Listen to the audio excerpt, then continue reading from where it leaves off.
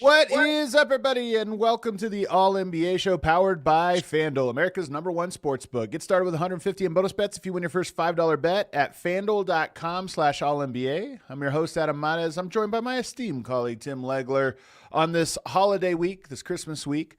And we're on a new platform. We're trying to solve some of these microphones, which I think are actually more of a platform issue, the platform we use to stream these. So we're mixing it up to bring you better sound and video. Legs, today's the day. I believe it. Today's the day. How you doing? Well, because our analysis is so crystal clear, so should our faces and our voices. That's the way I view this. Like that, we've got to catch up to how great this analysis is, and I think maybe we've taken some steps forward. I think with this. That's so true, man. We're like an Academy Award winning film that was shot on a shoestring budget, I guess, like with the camera and everything. But we got a great one for you this week because, there were some good games over the weekend, like Friday and Saturday. There were some good ones. Last night, some interesting stuff. We're going to start by giving a rundown basically of the slate. But since it's the holiday week, which is the spiritual midway point of the season, it feels Christmas. It feels, even though it's really only a third the way through, it's a good chance to look at the odds for some of the in-season awards and just kind of give an update about where everybody's been playing, how everybody stands. So we're going to do a majority of the show on that. But why don't we start by giving a rundown of the games last night and talking about some of the outliers. First of all, the first game of the night was the Bulls-Hawks. Bulls get the win 152-150. That's a regulation score, Legs. That was not an overtime score. 152-150. The Bulls had a 140.7 offensive rating. That's the seventh most efficient offensive output of the year. And they only won by 2 points. And look, this is one of those games, obviously, you get into it sometimes in the league. No one's stopping anybody. It turns into a free-flowing game.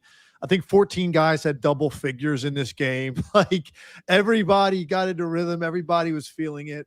I think of the 8 quarters total, because each team, put up 4 quarter scores. There's 8 quarter scores in this game. I think 7 of them were 35 points or more. Yeah. So it was just at no point did either team look like they could find any way to guard the other team. And it was almost going to come down to who gets the ball last at the end or who makes the big shot in the last minute's going to win the game. And it was just one of those shootout games. I'm sure it was fun if you're a fan of the Hawks or the Bulls and you watch this game.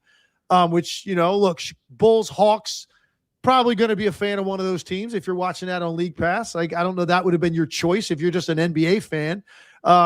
You got entertained. It was an entertaining game. Ultimately, the Bulls walk away with a 2-point win, and they desperately needed it, man, because they played great early. They hit that long losing streak. They were struggling, and I feel like they're starting to play a little bit better offensively again. So this is last night. The Bulls made 23 pointers. The Atlanta Hawks made 23 on 47 attempts. They shot 49% from three, made 23 threes, and lost the game. That does not happen very often, and yet something similar happened in another game tonight. Just to put a pin in how crazy of a night it was shooting, but that's just a crazy stat to make 23 3-pointers in a game, shoot 50%, and still lose. Yeah. I got to look that up, or maybe Atticus could look that up. I don't know if it ever has happened before in an NBA game.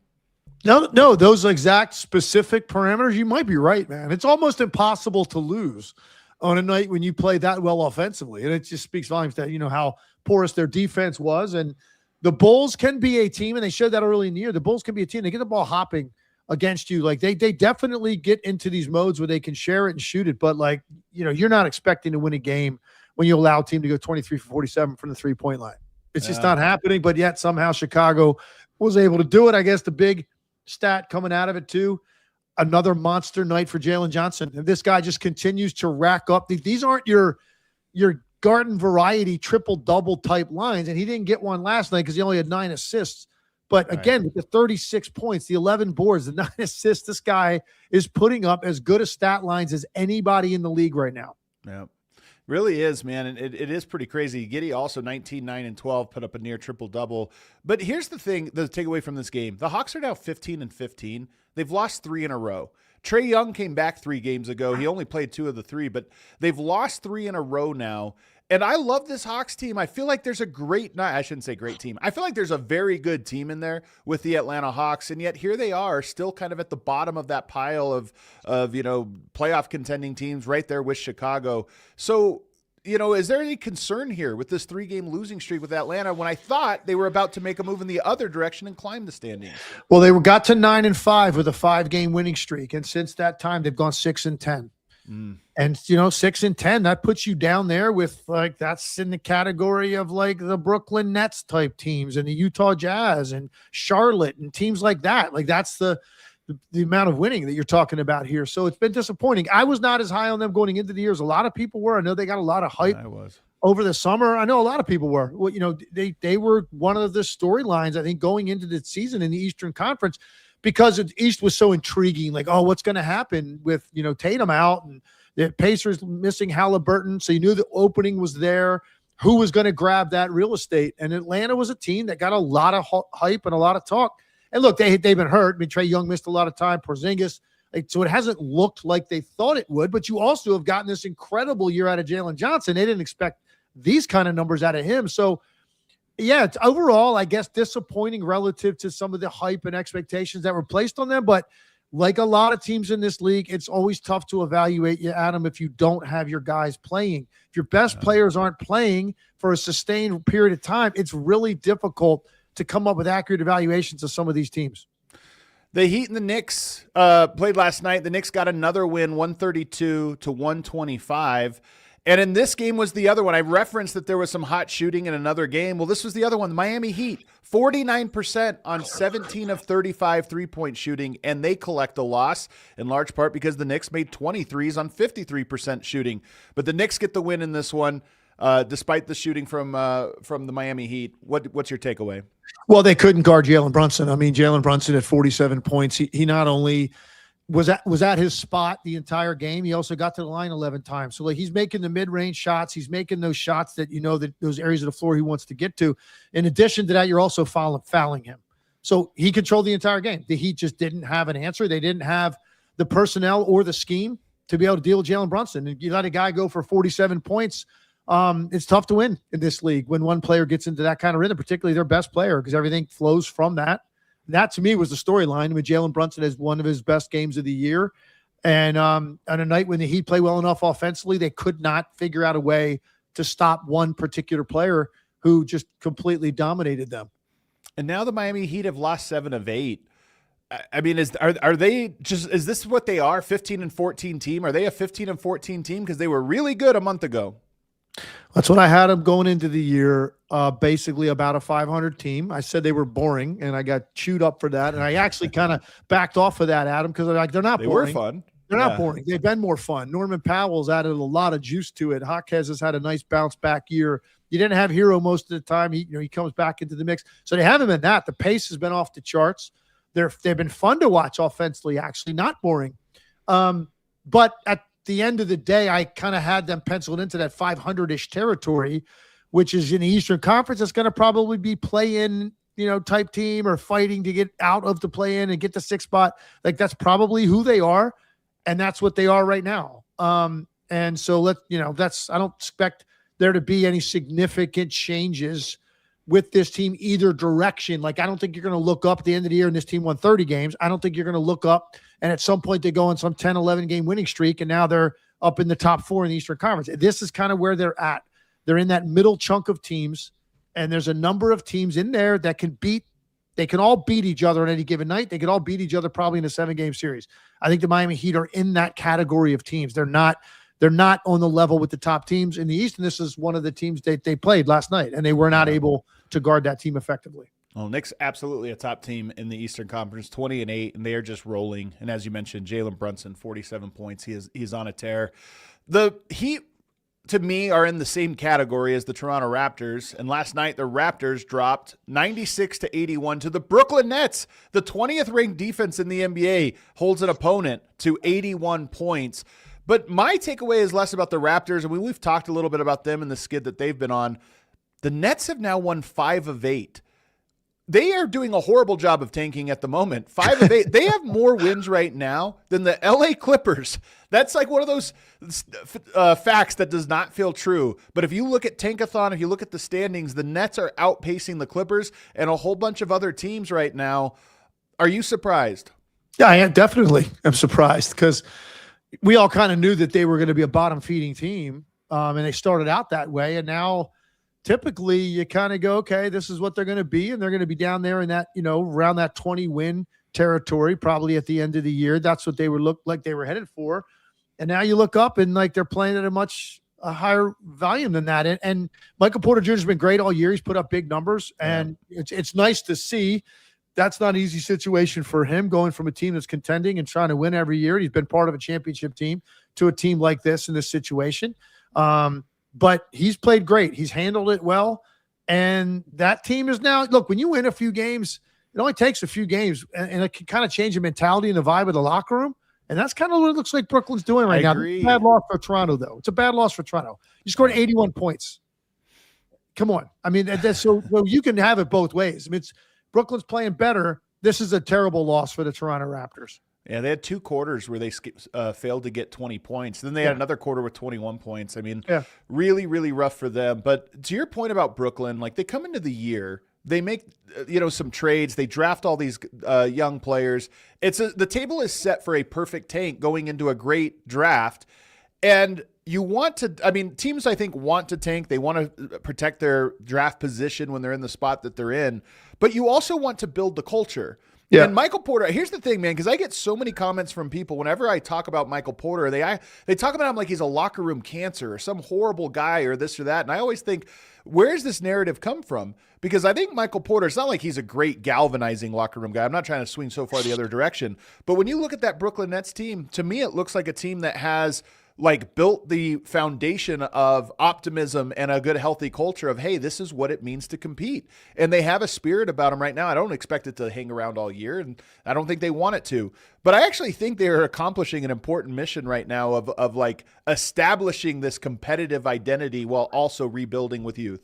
Yeah, it's hard to do. I mean, it's a tough thing to do, and it's because that's the line you walk, and it's even maybe a little bit harder in the NBA because it's an 82-game season. And once you've made up your mind that kind of like we're not in the mix, so it's better for us to not win, it's hard over the course of an 82-game season to be able to maintain some sort of a winning culture, morale, like build an identity. This is the work culture that we're going to create. This is what it means to play for the Brooklyn Nets. While at the same time, you're not trying to win games. That's a very difficult thing to pull off and develop young talent. And so it is important that you have some sense of winning and some sense of understanding, like putting the work in, and there's rewards on the tail end of that. And they're getting a little bit of that right now. As far as Michael Porter Jr. goes, I just want to say this. I don't think I ever heard or got the vibe that anybody thought he was like that, like you just described. Right.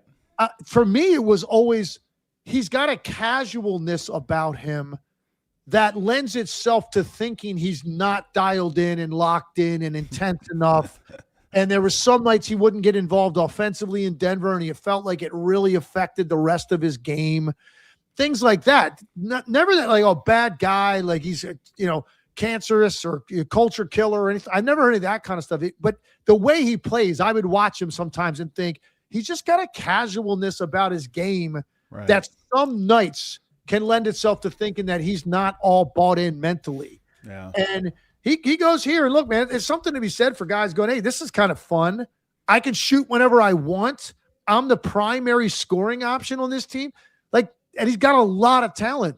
So I think right now, look, he probably doesn't want to lose. I'm sure it's fun to be on a winner, but there's also another part of it for players, man. Like, it's fun to have more responsibility on your plate, because there's a lot of guys in this league that could take advantage of this opportunity if they were in a different situation. Right. Go from a winning team to a weak team, and now you get more shots, put up numbers because there's so much talent in the league. He's taking advantage of that, and some part of him is enjoying that a lot more than kind of like not knowing necessarily every night when he suited up for Denver exactly how his night was going to go offensively. He knows now the ball's coming his way right from opening tip, and he can do what he wants and have freedom, and he's showing all that talent as a result. I think the point you made about him is really interesting as a basketball perspective. Michael Porter Jr., in my opinion, having watched him for like 8 seasons in Denver, he's a slow processor. And that's it. Like, people say he's a dumb guy or this or that, whatever. I don't want to get into that. Some guys process the game really quickly. I always say Nikola Jokic is slower than everyone in the NBA, but he thinks faster than everyone in the NBA. Michael Porter thinks really slowly, And I think it's a weakness of his that I don't know if it can be overcome. Some guys, that's almost an innate skill at some level. And I think that's where he gets that label, and it's a fair one. It is a weakness in his game, but he's very talented. I do think that he's a team player. And then I saw a comment up here a little bit back, James, and I can't remember what it says. Something of like, oh, Jan, we're talking about culture again. I never understand that take, Legs. Because to me, first of all, I love basketball on all levels, the individual skill, the team, the scheme, the execution, all that stuff. But I think culture is so vastly underrated as this concept for a team. It's not just, first of all, foundationally with a young team, you have to play hard. It's how do you teach guys to play hard? And the NBA has no shortage of distractions that will take your focus off of those things. Off-court things, money, all of this different stuff, conflict. So getting guys to play hard is tough and it's part of the culture, but getting guys to play the right way, to play for each other, to execute, to think the game, that's something. So to me, I look at it and I say culture, I'll never get tired of talking about NBA culture. There's no one culture that succeeds, but to me, it's foundational to having a good team is establishing a great culture. Do you agree with that? 100%. And I could just tell you, having played 10 years in the league in different locker rooms, different teams, different organizations, different teammates, it was different in every single situation, different every season. Even playing in the same place 4 years in a row, it was different every year. The makeup of the locker room, the approach when you walked in the building, it changes from year to year, and it's so critical. It's why I am such a proponent of team sports for youths. Right. Because even if your kid isn't going to end up being a great athlete, to be part of a team that has a good culture, and also sometimes, man, to experience what a bad culture can be, selfish teammates or whiny teammates or like coaches playing favorites or like whatever. Sometimes that's good also for a young kid to like experience. So like you deal with that kind of stuff and you realize, man, is it a lot more fun when you've got a healthy situation and everything is merit-based and everybody is pulling in the same direction. And that to me is the essence of team sports. Like when you capture that, you've got something special. And you can look no further than Oklahoma City. Anybody that thinks Oklahoma City is like doing what they're doing because they've just got more talent than everybody else in the league, that's just not true. They've got talent for sure. And it's led by Shai. I get it. But there are other teams at the top of their roster around this league where you just look at the top 3-4 guys, you go, man, I don't know. There's a lot of talent on these other teams. It's about what they've created. And listen, part of it, Adam, is to be fair, is luck.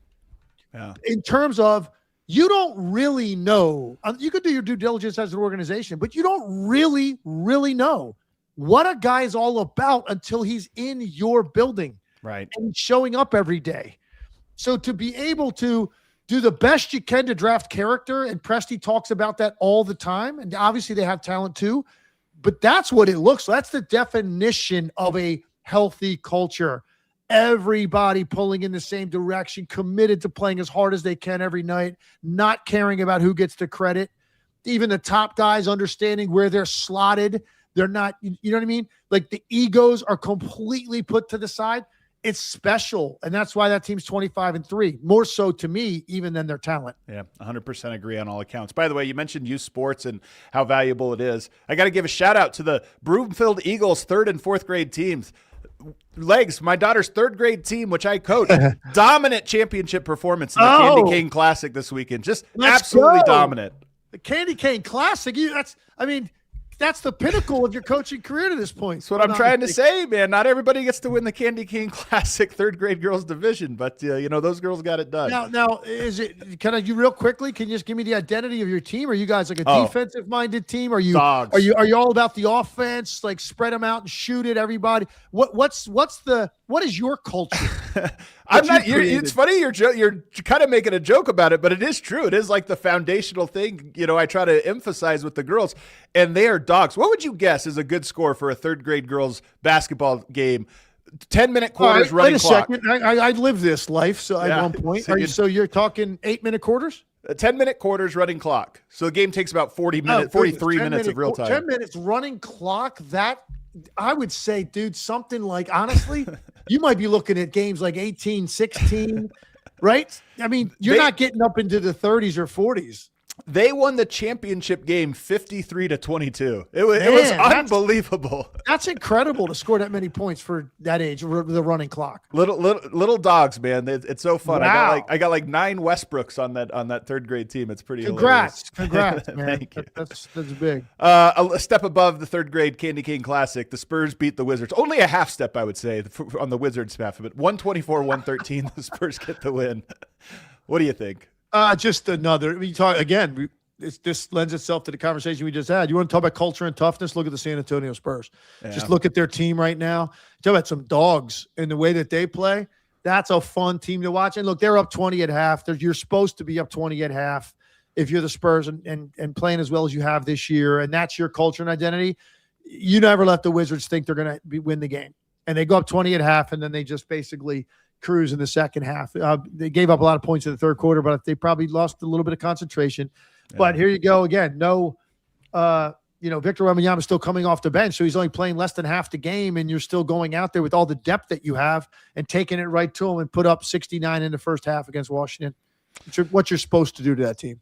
The Timberwolves got a win over the Bucks, 103-100, and they've been on a tear here. This is one. The Wolves passed the Rockets in the standings last night, and the Rockets, we'll talk about them last, but the Timberwolves, Legs, they have a big game coming up on Christmas at Denver, and I hope that game is competitive, even though obviously I'm here in Denver covering the Nuggets, because to me, the Timberwolves coming into the year, I had them in that top tier. And early on, they struggled, new players, and I was worried I was wrong about them. I was overhyping this or that. But here they are looking like the team that I expected them to be. And passing the Rockets in the standings, even if it is just by a percentage point or whatever, and it's early in the season, to me it's meaningful because they had to claw back. All those other teams got off to hot starts and have been good up to the top. The Timberwolves are the team that had to claw back in. And so the fact that they've done it and now are passing one of the teams we all consider contenders, to me it's symbolic of how well they've been playing, and they're back in the mix, in my opinion. What do you think? Yeah, I thought they'd be in that 4-5 area going in because I just thought clearly to me Oklahoma City, Denver, and Houston we're better. And Houston has got some things to figure out right now, and we could talk about them. But yeah, I agree with you, man. Look, there's something to be said for as much winning as taken place in Minnesota the last couple of years. They were the last team, right, on the precipice of going to the finals in the Western Conference. Like they went to 2 straight conference finals. So they have a confidence level about them and an expectation level about them that knows that they're in this for the long haul, the entire season, and little peaks and valleys you're going to get throughout the year. Here you go. You look up, they're 5th, they're climbing, they're within striking distance of catching the Lakers for 4th, and you've had this incredible start by the Spurs. I don't think anybody expected the Spurs to be in the top 3 in the Western Conference 28 games in, so that kind of upset the apple cart a little bit. Houston is not where we thought they would be. But here comes Minnesota, like doing what they've done the last 2 years. They win, and they win in different ways. Some nights they can outscore you. Some nights they lock you down defensively. It was more about the defense in this game against Milwaukee, but it's a good point. Here they come, 8 out of 10, and Minnesota's on the move. If they get a win, if they hold serve and then get a win on Christmas Day over Denver, I just think the narrative is going to flip on this Timberwolves team and maybe about the Western Conference race in general, which right now it looks like Suns fans got mad at me when I said there's like 6, just tough teams. I think the Suns are very good. If they were in the Eastern Conference, we might be talking about them in a different light. I just don't think they're in the group of that top 6 yet. Maybe they'll prove me wrong. But the 6 teams that are in the playoffs right now are just all really, really good. And that's why the playoffs are going to be incredible. Last night, the Rockets lost to the Kings. It's almost ironic because the Nuggets beat the Rockets a month ago and then came home to play the second night of a back-to-back against the lowly Sacramento Kings and lost. And the Rockets get the win over the weekend over Denver. Same exact thing happens to them. An emotional letdown game to the exact same team. To me, it's that and nothing else. Ime after the game said as much that, hey, I've got to do a better job of keeping them focused after these highs when they go up against these low teams. But it happens, Legs. I don't know if there's much more to say of it than this happens in the league, unfortunately.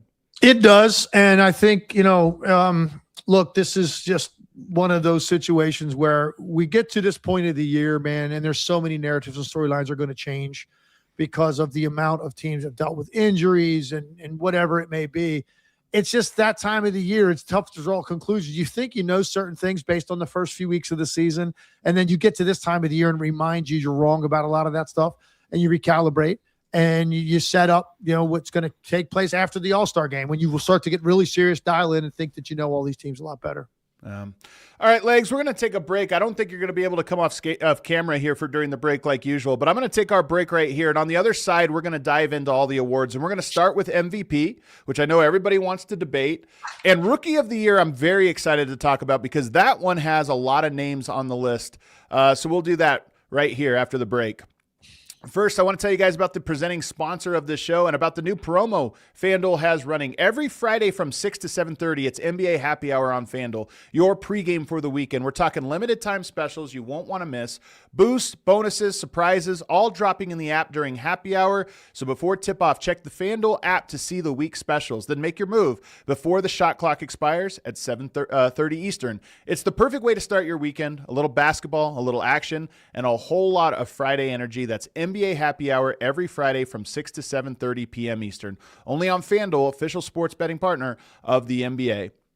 Must be 21 or older, present in select states. For Kansas, and affiliate with Kansas Star Casino, or 18 plus and present in D.C., Kentucky, or Wyoming. Rewards are non-withdrawable. Restrictions apply, including bonus and token expiration, leg requirements, and max wager amount. See terms at sportsbook.fanduel.com. Gambling problem? Call 1-800-GAMBLER or visit rghelp.com. Call 1-888-789-7777 or visit ccpg.org/chat in Connecticut or visit mdgamblinghelp.org in Maryland. Hope is here. Visit gamblinghelplinema.org or call 800-327-5050 for 24/7 support in Massachusetts or call 1-877-8-HOPE-NY or text HOPE-NY in New York. I also want to tell you guys about Shopify. What kind of dreams did you have when you were a kid? What did you want to be when you were growing up? Well, how about now? Are you thinking about starting your own business? I've been an entrepreneur since I was 24 years old, including here at All City. Shopify is the e-commerce platform behind millions of businesses around the world and 10% of all e-commerce in the U.S. Shopify even powers us here, All City, and the All NBA show. We have the merch store for Chicago, Denver, Philadelphia, Phoenix, and Dallas, as well as some All City merch that you can get up on our website. You can see that in the link of the show below, the description. Shopify has you covered with website creation, product descriptions, email, and social media marketing, and more. They also have AI tools designed to help you maximize sales. If you're ready to sell, you're ready for Shopify. Turn your big business idea into cash with Shopify on your side. Sign up for your $1 per month trial and start selling today at shopify.com/allcity. That's shopify.com/allcity. All right, back here, segment 2 of the All NBA show. I'm with Tim Legler, and we're going to talk end-of-year awards, even though it's not even quite the midway point of the season. And we're going to start with the MVP, and we're going to look at some of the odds here. So MVP right now, the straw poll just came out. Tim Bontemps every year on ESPN does the straw poll where he polls 100 different local analysts. I'm one of the people involved in that straw poll. And he just tries to get a sense of what people are thinking. And it was pretty contentious this year. Usually it's like one guy has a huge majority. Right now it was split, the top 2 guys almost evenly. And then there were a lot of guys receiving votes. So if you had to say right now where you thought the MVP race was, what would you say? If I had to tell you a prediction on what's going to happen, I'm like almost certain, barring injuries, SGA is going to win the award again. And I know we're 28 games in. We got a lot of basketball to play. Jokic is having another historic season. But I feel like if you didn't vote for Jokic last year, with what that guy did, then why would you vote for him this year? It makes no sense. Like FBA is having the exact same year. In some areas, he's been better than he was last year. Now he lost a couple games here in the last week, so that's kind of taking a little bit of the chatter around. Oh, they're gonna win 75 games. Yeah, a little bit, but look, they also could easily roll off another 12 straight pretty soon here and get right back up on that pace. So if they have a record-setting year as a team, he has basically the identical year he had last year, maybe even better and more efficient. How are you not voting for him this year? It makes no sense. So that's why, to me, despite Jokic having another year of statistical just kind of improbability, I think SGA is going to win it unless he gets hurt. I think there's a really good chance of that. But your point, the point that you made, or the question, the rhetorical question you ask, if you did this last year, why wouldn't you do it this year? Obviously, from covering Jokic and seeing the narrative over the last 5 years, I'll tell you why. Because nobody sticks to the same principle year after year. There really, truly is such a thing as voter fatigue. And even if Shai wins it this year, Shai's going to be eligible for MVP, by the way, probably for the next, 5 years. He's a great player. They're a great team. He's going to be putting up similar numbers. But this is how it works. The standard from one year, all of a sudden you weigh something differently the next year and you make up the reason why. And this is just what happened. So you said, why, if you did this last year, would you not do it this year? I don't know, Legs, but I just know that it happens every year. Here's the only thing I'll disagree with you about. And like I said, everybody knows I voted for Jokic last year. And I don't know where I'm going to vote this year because I'm not a person to say yet. It's ridiculous. You got to see how it all plays out. What I'm saying to you is you're not going to get voter fatigue in like 1 year. Yeah, you're right about that. You're not. You might get it. You might get it like if he wins it again. Yeah, going year into 3. Year 3. Yeah, maybe you could. I guess. I mean, certainly by the time you get to the 4th year, but I don't think necessarily anybody's going to feel voter fatigue that votes for the awards yet about Shai Gilgeous-Alexander. I don't think that's gonna happen quite yet. I think a big reason, I mean, he had great year, obviously, and numbers were there for SGA. But a big part of that final determining factor for people was the gap that their team had with the rest of the Western Conference. And that was because I talked to a lot of people out there when I'm at arenas, this conversation comes up. Some people that have votes, some people that don't have votes. They just have an opinion on it, but they're connected to the league that I would run into. And that seemed to carry a lot of weight. And look, they may or may not. I mean, I don't know if they're going to have the same gap they had a year ago with the rest of the Western Conference. It depends. But right now they got a 4-game gap. If that thing grows to like 10 games again, 10, 12 games by the end of the year, then that seems to be something that really matters with people. Right. So I think that if they're neck and neck, those two guys, and it will be, I'll be shocked if they're not 1-2 in the award for voting. That seems to be something that is that final push. Well, right now on FanDuel, Shai is plus 160 to win the MVP, Jokic plus 300. But right behind both of them is Luka Doncic at plus 400. I have a hard time imagining this one shakes out. I mean, the case for Luka, obviously his numbers are always fantastic, but his numbers are going to be a little bit below Jokic's in terms of efficiency. Obviously all the other numbers, rebounding and assists, his scoring is obviously high, but they're 19-8. The Lakers are, and I just don't see them having the record, above those teams. Maybe it happens, but I'm surprised that he's as close, because after that you get into the other guys. Like right now on I think these ones are more maybe just luring people into the bet. Wemby plus 1,000, Giannis plus 1,300. That feels like, people just know the big name and they're going to put him. Wemby might not play enough games. He's certainly MVP caliber player, and if he ends up playing the requisite amount of games, he'll be in the conversation, but he's already on the precipice. So I look at that and I'm just surprised Luka is as close as he is. Are you? Yeah, I am. I think to me it's a clear-cut separation at the top with the two guys we mentioned, Jokic and SGA, and then Luka. Probably, I don't think necessarily definitively clear-cut number 3, because I think Jalen Brunson has a pretty good argument in that regard. I think Cade Cunningham can make a pretty strong argument if you want to regard winning and reward winning. The Detroit Pistons with the best record in the Eastern Conference, 22 wins already. He's got a case, and he's putting up massive numbers too, 27 a night, 9 assists. Like, those are big-time numbers. Luka's are a little bit more off the charts, like 34, 9 and 9. Like, those are, when you are flirting with a 35-point triple-double every night, like, that's statistically, you're like, wow, but he doesn't shoot the 3 very well. The efficiency's not as good. The defense is something that he's always going to be maligned for. So, yeah, I am a little bit surprised that it's as close, and they've got 8 losses already. The Wembanyama thing, Adam, like, he's already missed 12 games. So you could only miss 17 total. I mean, I think that might be tough. Like, to think he's only going to miss 5 games the rest of the year. Yeah. That's kind of hard to imagine, the way guys miss games nowadays. So that could end up hurting him. And then the only other two guys I want to mention, because I don't know where their teams would be without these two guys, and they've had surprising success. Tyrese Maxey and Jaylen Brown. Like, those two guys, they're not going to win the MVP. They're probably not going to get first place votes. But my goodness, where would those teams be if these two guys weren't doing what they're doing? Maxey's averaging 32 points a game efficiently. Jaylen Brown just a shade under 30 with top shelf defense every single trip up the floor as well. And he's really worked hard to improve his playmaking ability too. Those two guys, I think, just get almost like the honorable mentions in this category for me, because I want to shed some light on what they have done, because their teams would both be sub 500 if they just had average years. Well, you also left out Cade Cunningham, and by the way, I have some updated odds.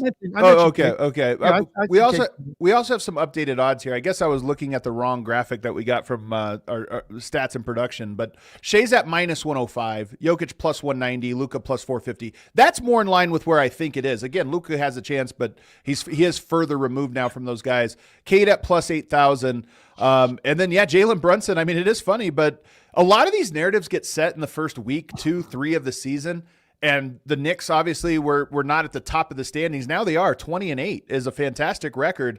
And so they could finish right there in a top 2 or 3 record in the NBA. And then all of a sudden his case gets a lot stronger. So I think that one's interesting. But Cade, I see Maxey a lot and I have a hard time. I get what you're saying about, where would they be without him? And 16 and 11 is a pretty good one.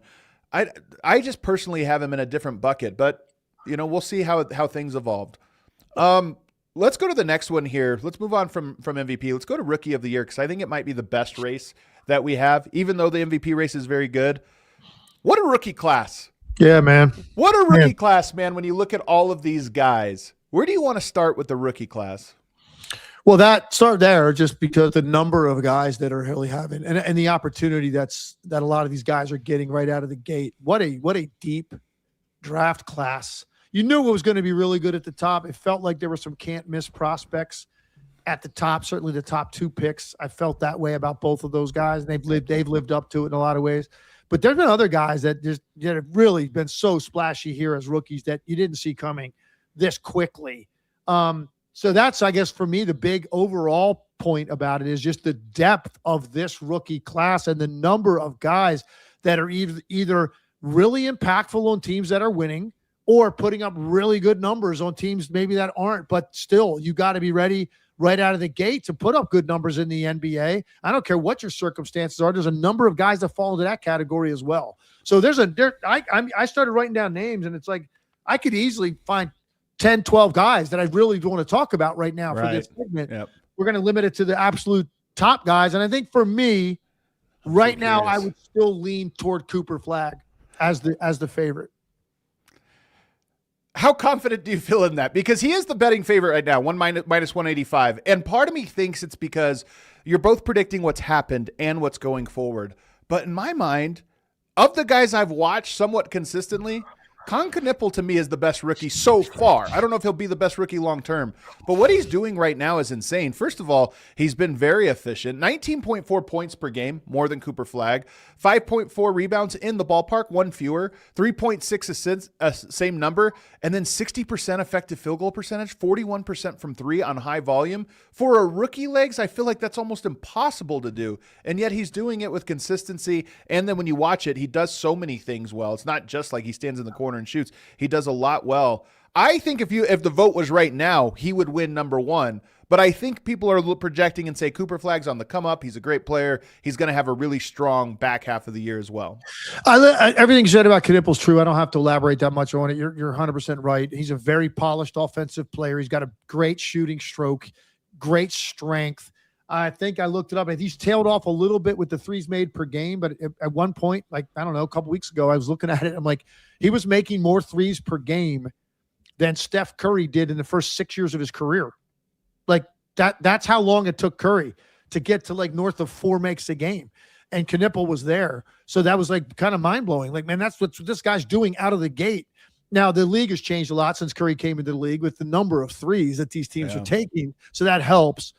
Everything said about Knuepel's true. I think the reason I go with Cooper Flagg when I watch, and I'm going to be fair about it, in full disclosure, I've watched more Dallas games than I have Charlotte. So let's be upfront about that. Cooper Flagg has the ball in his hands to decide games. Like and look, they're under 500. They didn't have AD for a while. They don't have Kyrie. So like that team was shorthanded. They got out of the gate very slowly. They're playing a lot better now. But from the very beginning, Cooper Flagg has the ball to determine games. Like he's handling the ball with the game on the line. Yeah, they give it to him in the clutch. Yeah, ice throws or high ball screen or whatever it is. And like same with Knuepel. His ability to like navigate those situations has really been impressive to me. I also think there's a defensive component to it, that his size lends itself a little bit more to some rim protection, some weak side impact on the game defensively. And he's getting more and more confident with his offense. Now, the three-point shot is definitely still a problem for him, and we'll see how that progresses throughout the year and throughout his career. He's certainly not Knuepel. That's the last thing to come for Cooper Flagg. Is that ever going to get there? We'll see. But the rest of his game is so well-rounded and so versatile, and the responsibility on his plate to go decide the game in important possessions by just giving him the ball and letting him go when he's a natural small forward. He's not a point guard. And that's been really impressive to me. And that is the one thing that tipped it in his favor as I sit here and look at it now. We'll see. We'll see what happens the rest of the year. Look, his numbers might take a hit if and when Kyrie comes back and maybe Cooper Flagg's. So who knows what the last 2 months of the year look like. Knuepel keeps this up and he averages a 25 in March for a month. He could get it. No doubt about it. He's right there. He could win it anyway. Yeah. I just think for me, it's the fact that Cooper Flagg has more responsibility on his plate. And he's handled it really, really well. That's why I would lean toward him. When you talk about the defensive side, I mean, I think there's no question about it. It is interesting to me because I love both of those two guys, both of those rookies, and I love about 5 or 6 more of these rookies. But if you just look at the FanDuel odds, Cooper Flagg minus 185, Knuepel plus 175. The next guy on the list is plus 1,200. So even though this is an incredibly deep rookie class, it does feel like it's only those two guys. And do you agree that you would have a hard time imagining it not being them? Even if you think the rookie class is great and these guys are great, if you just talk about rookie of the year, it's a 2-man race. I do. I think that something would probably have to change for one of these guys. And the guy I would look at would be, because the next guys I had on the list were like Edgecombe. Yeah. Had an incredible like arrival on the scene. Then he cooled off for a little bit, and now he's back playing really well again. He's going to be in the mix. I look at Dylan Harper. Yes, that's what I thought. Because you think about it, he's got De'Aaron Fox there. He's got Stephon Castle there, who's been unbelievable this year, and he was rookie of the year last year. And it's like the opportunities are just more limited for him. But what if? What if? You know, De'Aaron Fox misses time at some point. Stephon Castle. Yeah. And now Dylan Harper, instead of playing like 20 minutes, is playing closer to 30 minutes. He is so talented. He could put up like eye-popping numbers for a long stretch if the opportunity presented itself. As it stands, they're going to win a lot of games, certainly more games. I think they're going to win more games than either any of the guys, like certainly more than Cooper Flagg, more than Knuepel, probably more than VJ Edgecombe. The Spurs are going to win more games than that, so that's important for Dylan Harper. He's going to play high-profile games. Is the opportunity going to be there to have the splashy enough stats? Because this is a big thing with this award, statistic-based award in a lot of ways. People don't care as much about where you're playing. It's about the numbers you're putting up. And Harper's opportunities are just more limited than these other guys, even though he's on the best team of the group. Yeah. I think, though, that he could make a run here. And you are right that it's largely stat-based. We see this largely stat-based. But there is something about, one, he's growing really fast. Like, you just see the improvement. His skill set is a little less obvious, like Knuepel. He's going to hit threes. So he comes in with a thing you know he's going to do. I know with Cooper Flagg, they had him at point guard early on, but there's still a lot of things you know he can do right away. I think with Dylan Harper, there's a little bit more settling in, and his role is a little bit tougher. But he's already settled in. And he's such a good player. I could see him having a very strong final 4 months and bursting into that. And you mentioned guys getting hurt. It might not even take that, Legs. He might just be good enough to play anyway, you know, the type of minutes you're talking about. And I think he's fantastic. So I think I'm with you. He's probably not going to climb into this conversation, but he might be the number 3 guy at the end of the year.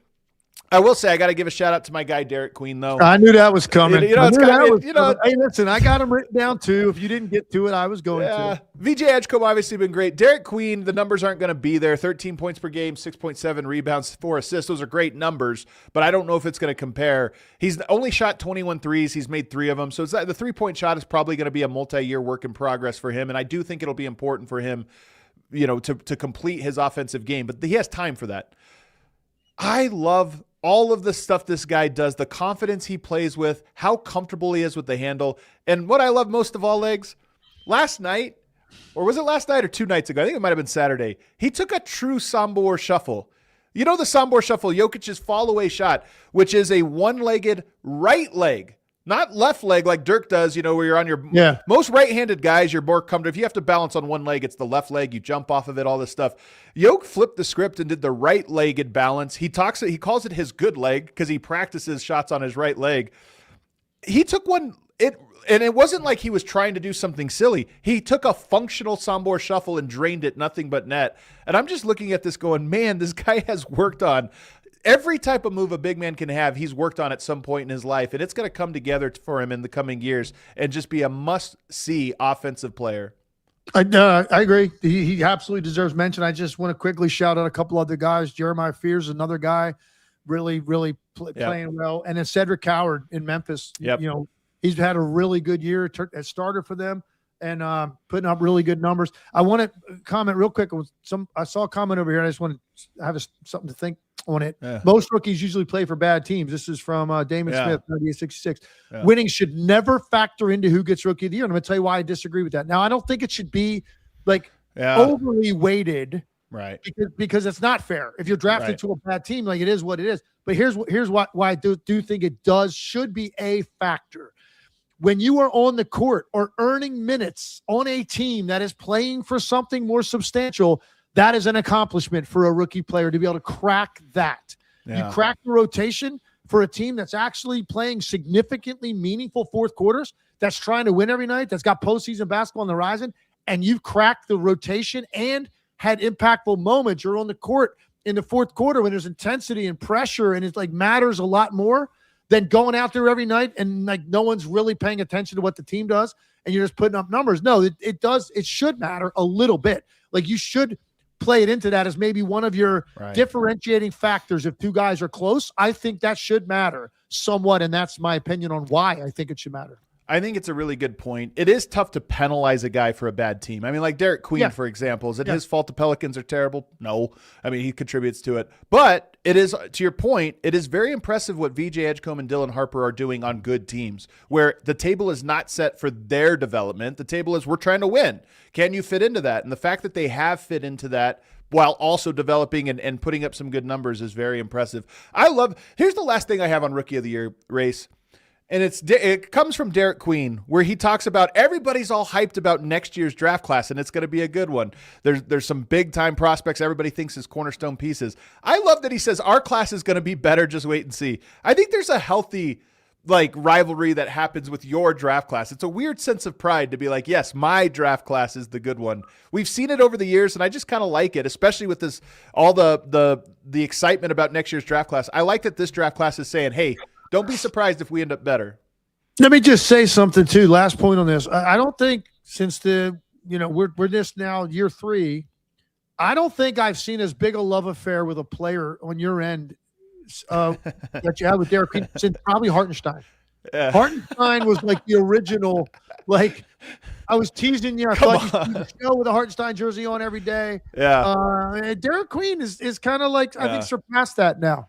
I'm telling you, man, it's just because I'm slow. I'm a big man and I'm slow. So anybody that gets it done when they're slow, Jokic, Şengün, you were a big Boris Diaw guy. Boris Diaw, exactly. You see Boris it now. Diaw guy. You it's probably so oh my God, who's slow-mo? Kyle Anderson. Yeah, Kyle Anderson. Yeah. Kyle Anderson. Of course. You love him, right? 6'7" point guard, man. That's what I'm trying to be, man.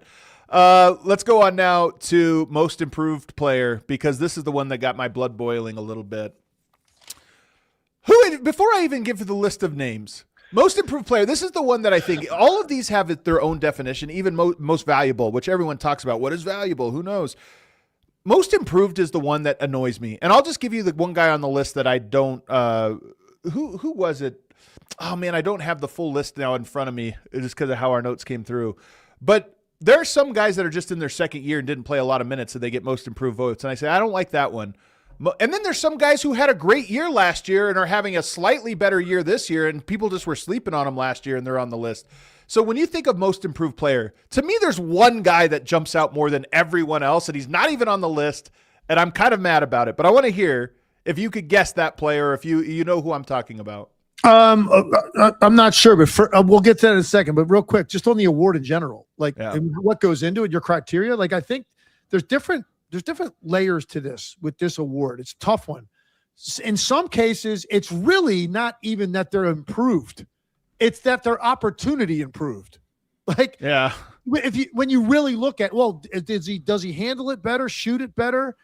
Does he create plays better? Is his range better? In a lot of cases, you go, no, not really. He's kind of the same guy, but he was playing 14 minutes last year, and now he's playing 26, and he's doubled his numbers. Yeah. But he's really the same player. So that's one way that guys get into the conversation. Just the opportunity improved. Yeah. Another way is, no, they did get better. Like they were already either maybe like an average player, a little bit above that, and now they've taken it to a whole nother level, or maybe they were hanging on in the league. And now all of a sudden you're like, wow, this guy's actually found him. He's going to be in the league a long time now and an impact player.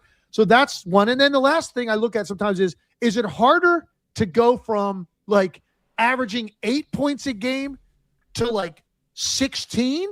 Is that more impressive? Or how about that guy that was averaging 19 that's out now averaging 23? Yeah. So the increase is less, but to get to that level every night in the NBA, that might be even more impressive. So like all this stuff is circulating in your head. Now, the player that you're saying, I think you asked me, is not on this list that you're looking at right now?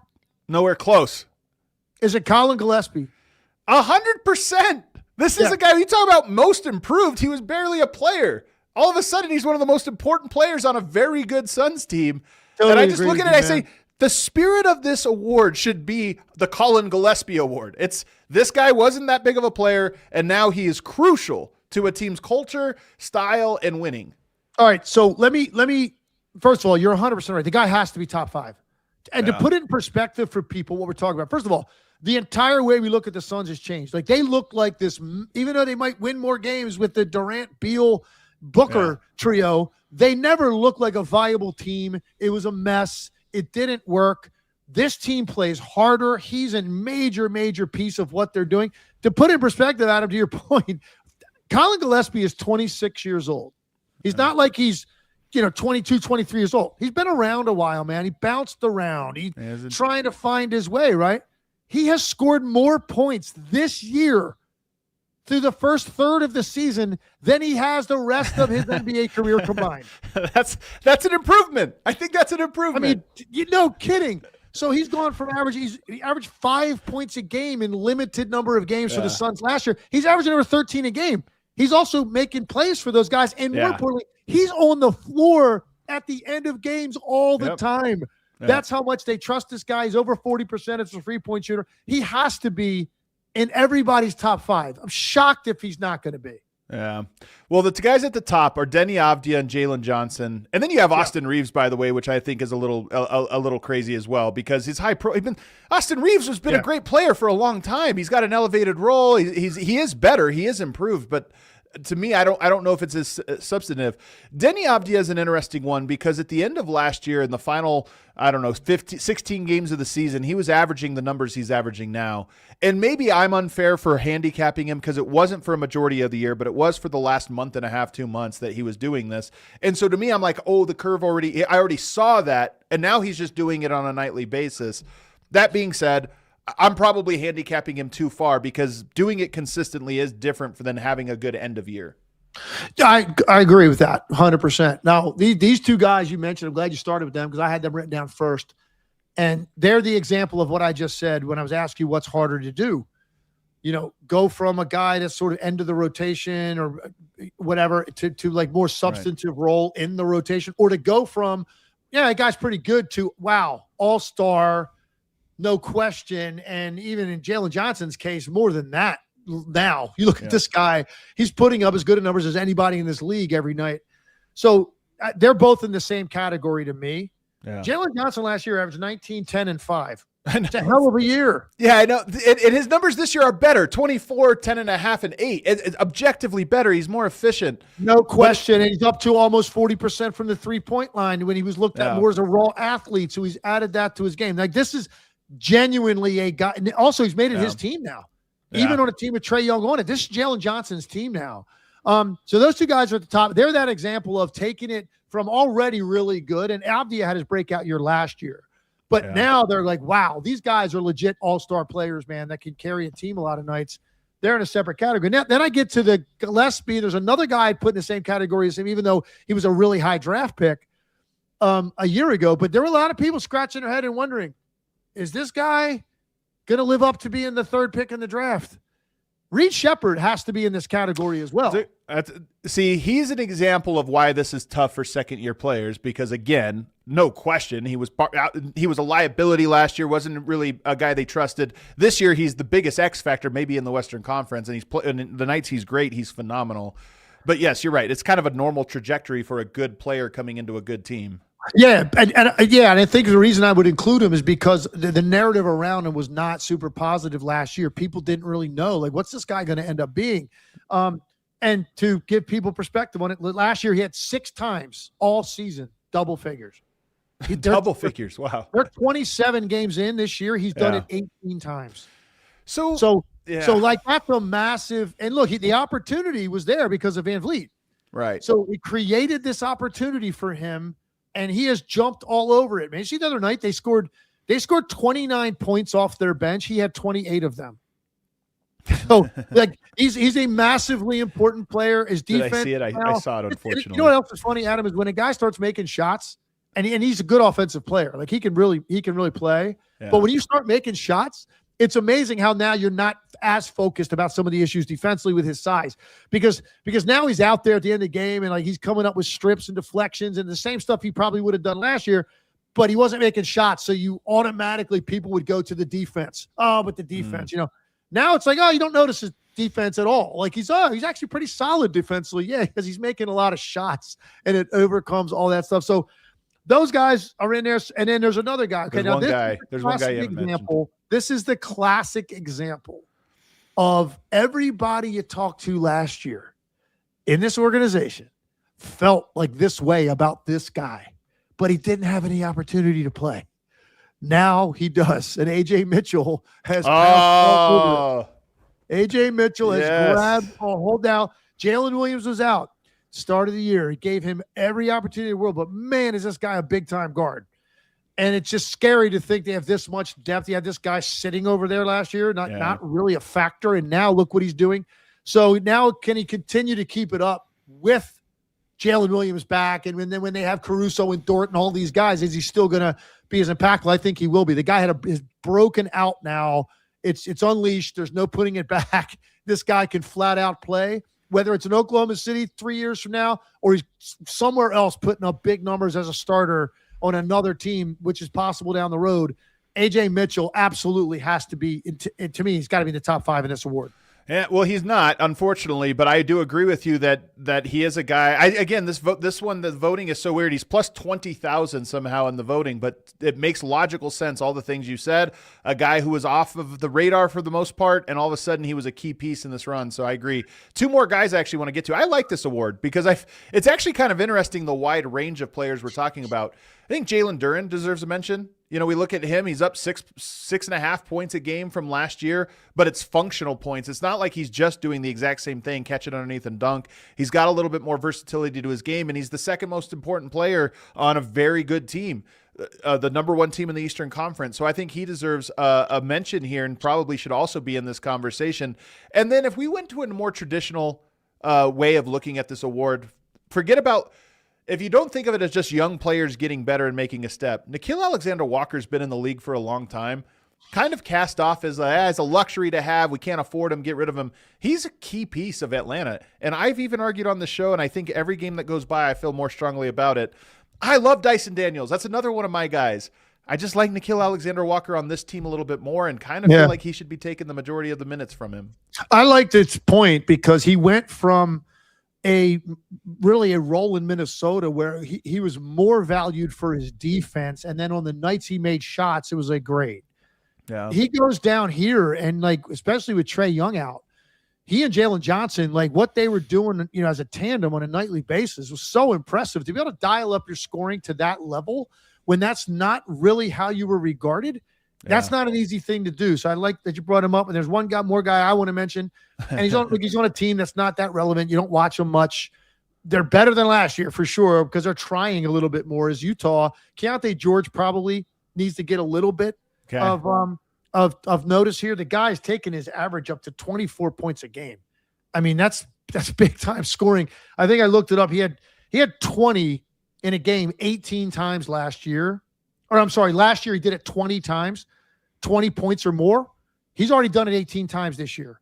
Yeah. We're a third of the way in. He might do it 50 times this year, score 20 in a game. And again, they're not super relevant. He still turns the ball over too much, and he can frustrate his coaches a little bit, but he has had a big breakthrough. When you go from 16 to 24 a game in 1 year, he's also upped his assist and playmaking significantly as well. I want to give Keontae George a little bit of a shout too. That's a big jump at scoring. Yeah. Catching Utah tonight, Denver and Utah and Washington, maybe the two teams I've watched the least. Watched them a lot early on. I really liked them, but they're one of those teams that, they fall off of your radar about this time of year because of how bad they are, inconsistent and all those things. All right, let's run through these last couple ones. Sixth man of the year. This is where Nickeil Alexander-Walker finds himself right now at the top, plus 350 over at FanDuel, and I understand why, but again, I might consider trying to start him. My guy, Anthony Black. Man, it's all my guys. Jaime Jaquez, Naz Reid. This is just the my guy special. Ajay Mitchell. My goodness. And you know what? To your credit, you're not cherry picking these names, which you are prone to do. These are actually on a list you didn't create. That's true. You didn't create that list. And you do have a number of guys on there. So Quentin Grimes on here too. What do you know? Well, we gave Nickeil all the love. Yeah. Problem is, here's the problem. He's already started 23 games. I know. This happens every year, by the way, for 6 men of the year. Not, and look, there's a very good chance that is the cutoff just start more than you is come off the bench more than you start? Is that the rule to win this award? I don't know. I think it is. I just think more than 50% of your games, assuming you qualify for the 65 games, more than half you have to come off the bench. I don't think he's going to do it. So I didn't even put him down because I'm viewing him more as a starter. Yeah. Some of the other guys, you had Anthony Black. That's a good one. We already talked about Ajay Mitchell. Yeah. Naz Reid is still right there for me. I mean, I think he's absolutely right there in the mix. Sheppard, we talked about. Sheppard has to be included in this group now. He's the most significant off-the-bench scorer for a team that's contending. Yeah. And then Jaime Jaquez, I think, is a guy that you got to look at a little bit too in Miami. And it's weird because some people are talking about him for most improved, and I'm going, wait a second. He's in this weird category where, he took a major step back after a good rookie year last year, and now he's back on that level. So I don't know if does that disqualify you if you had this weird year in between. Maybe it's comeback player or whatever. Didn't they used to have that? I think they might have had a comeback player of the year. Yeah. But anyway, you slice it. He's coming off the bench on a team that has surprised me, particularly offensively, and he's been very, very good for them. And I think Anthony Black's defense would probably give him the tilt over Jaquez. And Nickeil Alexander-Walker, I just don't think he's going to come off the bench enough games to win the award. When I think of who's the most impactful six-man, or really just the ones you think of, the most. We know this guy for this role. I think for me it is probably Naz Reid. I mean, you think about that Timberwolves bench as Naz Reid. So we'll round the show out here now by talking about Coach of the Year, the last one. And really, I wanted to do this one for there's a couple names that are very interesting, but the guy I wanted to ask you about is Mitch Johnson, because the Spurs, this award is often the surprise, who surprised you this year? The Spurs have surprised people. They're 2 seed in the West, a loaded Western Conference. But I just think when you watch them play, man, they do a lot of things really well. They're very smart. They win the margins. What makes him so good? What makes him the favorite? Yeah, I have him second on my list right now. But I think a lot of times this award is going to go to a guy who ends up on a team, coaching a team that surpasses expectations, right? That should be a part of the award. And certainly they have done it. And it's the way that they play. You watch this team with or without Wemby, and they were 9-3 in the 12 games Wembanyama missed. Okay, 9-3. And it's because they're tough, they're unselfish, and they're just his attention to detail and intensity, in what he's doing, the command of the bench is so impressive. And to have young players developing the way that they have in a short period of time, like that's the mark of a good coach. So I think he's right there now. But I'm going to give. I thought about this. I had Mitch Johnson 1 on my list. Okay. And I thought, man, I'm not going to be that guy that just discounts a guy because he's on the prohibitive favorite. So I still have Mark Daigneault because, look. I think that's fair, man. Here's why. They won a championship last year, man. They broke through. They won it. Bunch of young dudes. Like that offseason is so different for those guys. They didn't substantially improve their team from a personnel standpoint at all. They basically ran it back. They've had a lot of guys in and out to start the year, including their second best player who's missed a large percentage of time. And they're on a record-setting pace for wins while, again, completely separating themselves from the rest of the league with what they're doing defensively. Yeah. And yes, they've got some guys that are good defenders, and that's part of it, or personnel. But it's more about the culture and attention to detail that you create and pound home every day. And Mark Daigneault doesn't miss anything with regard to what they need to clean up defensively. To create that level of playing for each other defensively and like the different lineups he can roll out there and they don't miss a beat, I don't think we should just dismiss it because they're clearly the best team in the NBA. I think that's not doing this guy enough justice. So for me, it's the best coach in the league, and they're doing something that's very hard to do after you win a championship with a bunch of young guys. They're better. Yeah. And that's not easy to do. And particularly, maybe potentially be historically better. So we'll see. That's why I still have him 1. I had Mitch Johnson 2. Some other guys are honorable mention. Joe Mazzulla.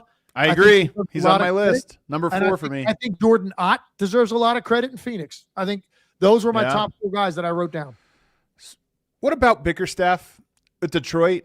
And part of me thought what irony if you got Kenny Atkinson last year taking over for Bickerstaff and winning it, and then Bickerstaff winning it the following year with Detroit. Would there be an irony to that? Maybe just define how coaching goes in the NBA. My list had him number 3, Mazzulla number 4, and then Jordan Ott a little bit below that, although I think he's been fantastic. But what do you think about Bickerstaff? I'll tell you why I didn't mention him. I voted for him last year. Okay. I heard he gave him his props, gave him his love last year. He was my coach of the year. And I had no problem with Kenny Atkinson winning it. It was a really great conversation. Such a unique situation where one guy leaves a team and a guy that comes in wins coach of the year. A lot of times that guy that got fired is out of a job or he took a job with a bad team. The fact that he rolled into Detroit, a team that had almost a 30-game losing streak the year before, and turn them into what they looked like last year. And again, here we are, 22-6. He absolutely deserves mention. I just didn't say him because I already gave him all his love by voting for him for the award last year. Well, it's fair enough. I will say the last name I see it here, Jordy, it's not going to be Jordy Fernandez, but somebody earlier in the chat reminded me that this same thing Brooklyn's doing right now happened to them last year, if you recall. They were winning all these games. They had to trade away Dennis Schroeder early on December 15th, around this time, because they were winning so many games. He might be he's not going to be in the conversation for coach of the year this year, but he might be a guy that in the coming years is going to be a coach of the year because he seems to be able to win even with these supremely flawed rosters. I like it. All right. Can I mention 2 more names real quick? And it's bad timing that we're having this discussion now as opposed to 2 weeks ago. Oh, no. There's 2 guys, Eric Spoelstra. Well, yeah. Oh, I know where you're going. Okay. And Rajakovic. Yeah, I agree. Yep. I had Darko on the list for sure as well, but it is they've tough lost timing. 8 out of 11. The Heat have lost 8 out of 10. Like, and I give Spo a lot of credit because first of all, I think I've said it many times. I've always regarded him like for a long time as the best coach in the NBA and the guy that I would want to coach any group of any team at whether it's middle school girls or the Olympic team or whatever. Throw a group of players together and you have 3 weeks to prepare them for a game. Eric Spoelstra would be my guy. Yeah. Daigneault now is probably right there on the same level. So I love Spo. And I thought, man, going into the year, I thought, they're okay. And they got to that great start, and they've come back to earth. So it's kind of tough now to see him being included in that. And then Rajakovic, again, they were one of the stories of the league. And now you look up, and they've kind of been a little bit of a free fall. They're down to now 17-13, but still 4 games above 500 is better than I thought they would be 30 games in. I think Daigneault is an incredible coach. Jordy Fernandez, all the guys we talked about, they're incredible. I don't think any of those coaches could lead this group of third graders to the Candy Cane Classic. No. The way, I don't think it's happening, Legs. I don't think any of those guys could have pulled it off. Well, honestly, I showed you my paper. I scribbled out some names and I wrote your name in this consideration, because I don't think people understand the emotions, the pressure, the emotions that come with coaching a girls team that age. It's not easy. The Candy Cane Classic could be scarring if you lose or come up short in that. So, and then you got to deal with all the repercussions from that. Yeah. So kudos, man, to pull that off. And sounds Thank like you. What was the score? 54-23? Is that what you said? Yeah, 53-22. 53-22, which also speaks a little bit to your lack of like overall sportsmanship and everything else. So, for you to be going into a 2-2-1 full court press up 20 was bizarre. Come on now. Last comment on the sportsmanship thing before we get off the air. I went to my last Commanders game of the year Sunday. Eagles came to town, right? And obviously Commanders aren't playing for anything. Knew they were going to lose, but dude, did you see what happened at the end of that game?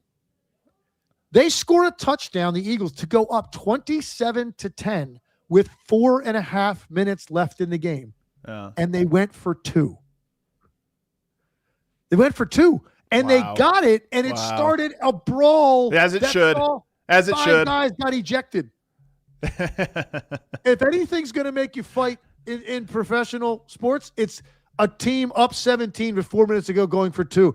I don't even know what that was about. Does Sirianni just not like Dan Quinn? Like, I don't know what that was about, but it was very bizarre. He tried to justify it after the game by saying he was more comfortable being up 19 than 18 with 4.5 minutes to go. I love it. I love it. It's the weirdest thing ever. But anyway, I wanted to get that shot. I didn't get it. I still don't get it. And it started a brawl, and maybe next year we can get some payback. All right, everybody. I appreciate it. We're back tomorrow because of the Christmas week. We're going to go a little bit early. Instead of doing Wednesday, we're going to be back tomorrow. There is a good slate of games. In fact, why don't we take a look at that? The FanDuel duels of the night. We have that graphic here, James. Hornets, Cavs, Pacers, Celtics, Mavs, Pelicans, Grizz, Thunder, Magic, Warriors, Pistons, Blazers, Jazz, Nuggets. Any of these games really catching your attention here? Probably Magic, Warriors. Yeah. Both teams need them, man. They both need them. Orlando's sitting there at fifth now, 16-12. And Golden State Warriors are just one of those teams, man, that just have not found any solid footing, man. They're a 500 team, and that's what they've been. And been, I think, a little bit disappointing for me. So that's a big game. That's probably the best matchup on that slate. Yeah. Everybody, but you'll want to tune in. We'll definitely have a good conversation no matter what and send you off into your Christmas day in style. So make sure you hit that like button. Make sure you're subscribed, and we'll see you guys tomorrow. We all silly like the mayor.